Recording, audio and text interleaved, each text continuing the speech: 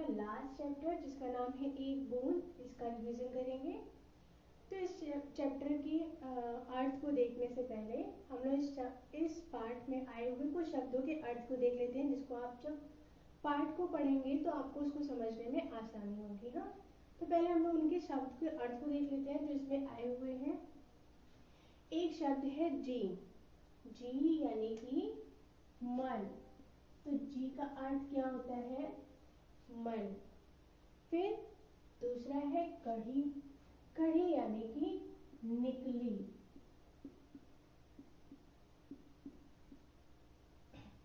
फिर लिखा है देव, देव यानी कि ईश्वर या भगवान। देव किसको कहते हैं हम? ईश्वर या भगवान को। और आपको मैंने ये भी बोला है कि एग्जाम में अगर इसका अर्थ पूछा जाएगा तो ईश्वर या भगवान दोनों में से कोई एक आप लिख सकते हैं। ये मैंने पहले के चैप्टर्स में भी आपको बताया है। बदा यानी कि लिखा हुआ या निर्धारित, यानी कि जो चीज पहले से ही निर्धारित हो चुका है कि यही होना है, उसको हम कहते हैं बदा। फिर चू पढ़ूंगी यानी कि टपक पढ़ूंगी।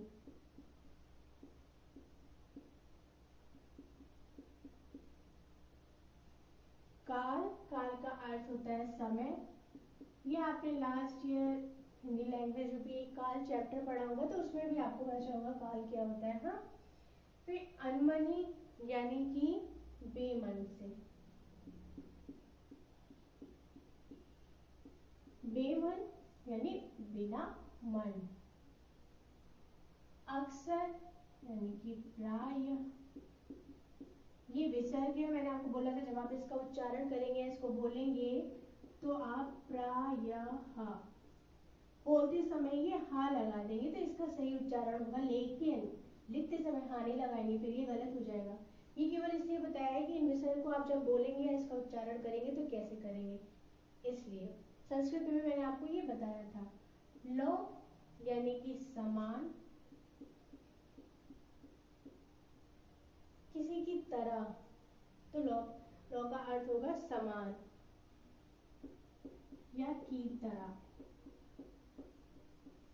तो देखिए यहाँ जो पार्ट में शब्द अर्थ कुछ कठिन शब्द आएंगे जिनके अर्थ मैंने आपको बता दिए, ताकि आप जब पोएम को पढ़ेंगे, कविता को पढ़ेंगे, तो आपको उसको समझने में आसानी होगी। एक बार फिर से इसको देख लेते हैं।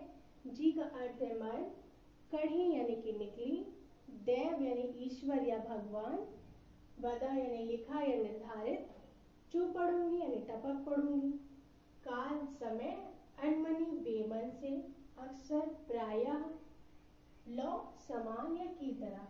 और ये याद रखिएगा अगर एक शब्द के दो या दो से अधिक अर्थ है और आपसे एग्जाम में पूछा जाए शब्द का अर्थ, तो आप दोनों में से कोई भी एक अर्थ लिखेंगे। ठीक, अब देखिए आपकी बुक में पोएम क्या दे रखी है उसको देखते हैं। तो बुक में आपकी पोएम है जिसका नाम है एक बूंद। पोएम है, जो निकलकर बादलों की गोद से थी अभी एक बूंद कुछ आगे बढ़ी, सोचने फिर यही जीने लगी, आह क्यों घर छोड़कर मैं यूं कढ़ी। कढ़ी का अर्थ यानी कि निकली। देव मेरी भाग्य में है क्या बदा, मैं बचूंगी या मिलूंगी धूल में, या जलूंगी इस अंगारी पर किसी, चू पढ़ूंगी या कमल के फूल पर में। देखिए ये एक पोएम है, एक बूंद कविता, जो बादल से बाहर निकल रही है और उसको लग रहा है कि मैं अपने घर से बाहर निकल रही हूँ और वो बहुत डर रही है कि मैं घर से बाहर निकलूंगी तो मेरा क्या होगा। बह गई उस काल एक ऐसी हवा, वह समुंदर ओर आई अनमनी। अब अनमनी यानी कि बेमन से।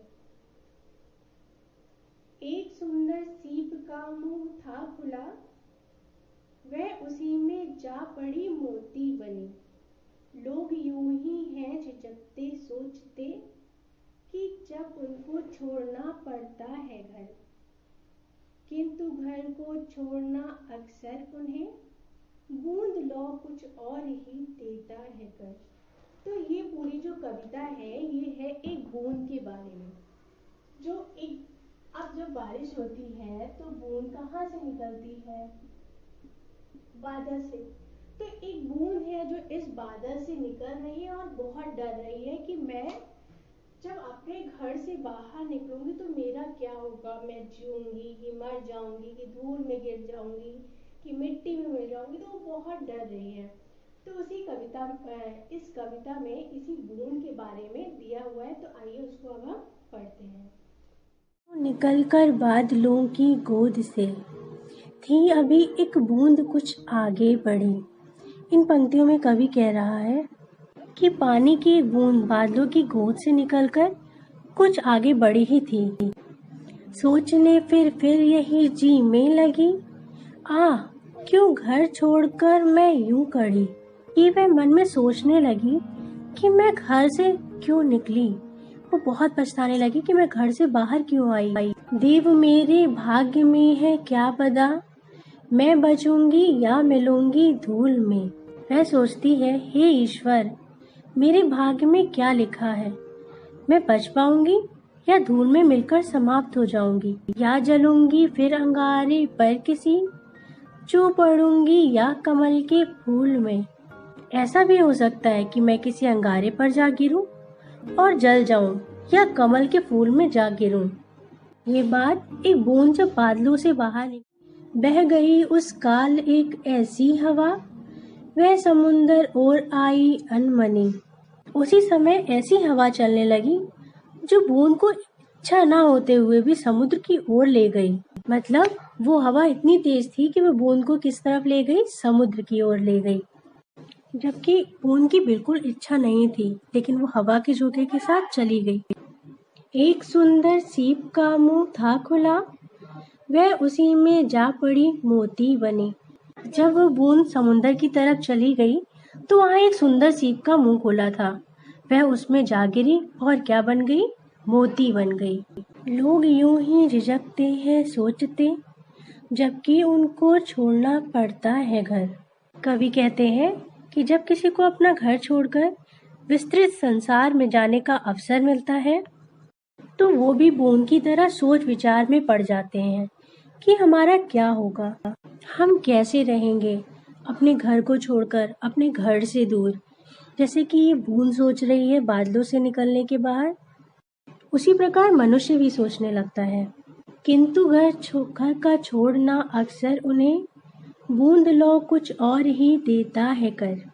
लेकिन कवि कहते हैं जो लोग साहस करके इस कदम को उठा पाते हैं और घर को छोड़कर बाहर जा पाते हैं कुछ पाने के लिए, उन्हें ईश्वर इस बूंद की तरह कुछ और ही बना देता है। जैसे कि बूंद मोती बन गई, ऐसे ही उस इंसान को महान बना देता है।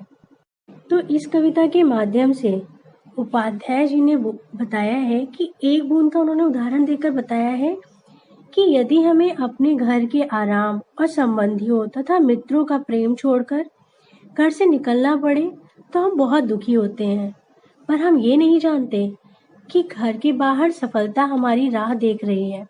अतः हमें सदा चुनौतियों का सामना करने के लिए तैयार रहना चाहिए। एक बूंद अपने बादलों के घर से निकलकर सीप के मुंह में जा गिरती है और मूल्यवान मोती बन जाती है। तो इस कविता से हमें यह संदेश मिलता है कि हमें अपनी उन्नति के लिए यदि हमें अपने घर से दूर भी रहना पड़े तो हमें झिझकना नहीं चाहिए और इस अवसर का लाभ उठाना चाहिए। तो इस कविता का अर्थ यहाँ पर समाप्त। पाठ के अर्थ को पढ़ने के बाद हम इसे पढ़ते हैं, इसके प्रश्न के उत्तर को हल करते हैं। क्योंकि पाठ को आपने बहुत अच्छी तरीके से समझ लिया हो तो इन सब प्रश्नों के उत्तर आपको पहले से ही आते होंगे, लेकिन एक बार हम लोग इसको साथ में पढ़ते हैं और आप अपने आप को भी टेस्ट करते रहिएगा कि अगर आपने पढ़ा उसको तो कितना आप आंसर अपने आप से दे सकते हैं, है ना। बाकी तो मैं बता ही रही हूँ। तो पहला प्रश्न पढ़ते हैं, बादलों की गोद से निकलकर बूंद क्या सोचने लगी। अभी आपने जब पढ़ा तो क्या पढ़ा आपने अर्थ में कि जो बूंद थी जो वो बादल से निकलने लगी तो वो क्या सोच रही थी। तो बादलों की गोद से निकलकर बूंद सोचने लगी कि मैं घर से क्यों निकली, मैं बचूंगी या धूल में गिरकर समाप्त हो जाऊंगी। यानी कि जो बूंद का जो घर था बादल, उसमें से जब बूंद बाहर निकल रही तो वो बहुत डर रही थी कि अगर मैं अपने घर से बाहर निकलूंगी, बादल से बाहर निकलूंगी, मेरा क्या होगा, हे भगवान मैं बाहर निकली ही क्यों।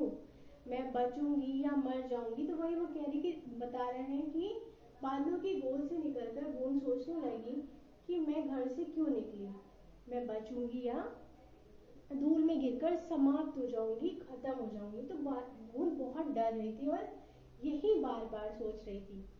फिर देखिए दूसरा प्रश्न क्या है, बूंद सीप के मुंह में कैसे जा पड़ी। चलिए वो बादल से निकल तो आई, फिर उसके बाद बहुत डर भी रही थी। फिर डरने के बाद भी वो क्या करी, सीप में गिर गई। लेकिन वो कैसे गिर गई, तो समुद्र की ओर बहने वाली हवा के चलने से बूंद सीप के मुंह में जा पड़ी। जब बादल, जैसे कि देखिए ये बादल, ये बूंद निकल रही, इधर कहीं सागर है, समुद्र है। हाँ, अब जब बारिश के साथ बहुत तेज हवा चलती है तो एक हवा ऐसे इधर समुद्र की ओर चल रही थी। अब बूंद क्या करी, ऐसे ऐसे उड़ती उड़ती कहाँ चली गई, समुद्र की ओर। और समुद्र की ओर क्या था, एक सीप था, उसमें जाकर वो गिर गई। तो वही वो पूछ रहे हैं कि बूंद सीप के मुंह में कैसे गिरी। तो एक हवा चली जो उसे समुद्र की ओर ले गई जहाँ पर सीप था, और बूंद क्या हुई, उसमें गिर गई। प्रश्न यही है कि बूंद सीप के मुंह में कैसे जा पड़ी। तो समुद्र की ओर बहने वाली हवा के चलने से बूंद सीप के मुंह में जा पड़ी। फिर सीप में गिरने पर बूंद का क्या हुआ, तो सीप में गिरने पर बूंद क्या बन गई, बूंद मोती बन गई।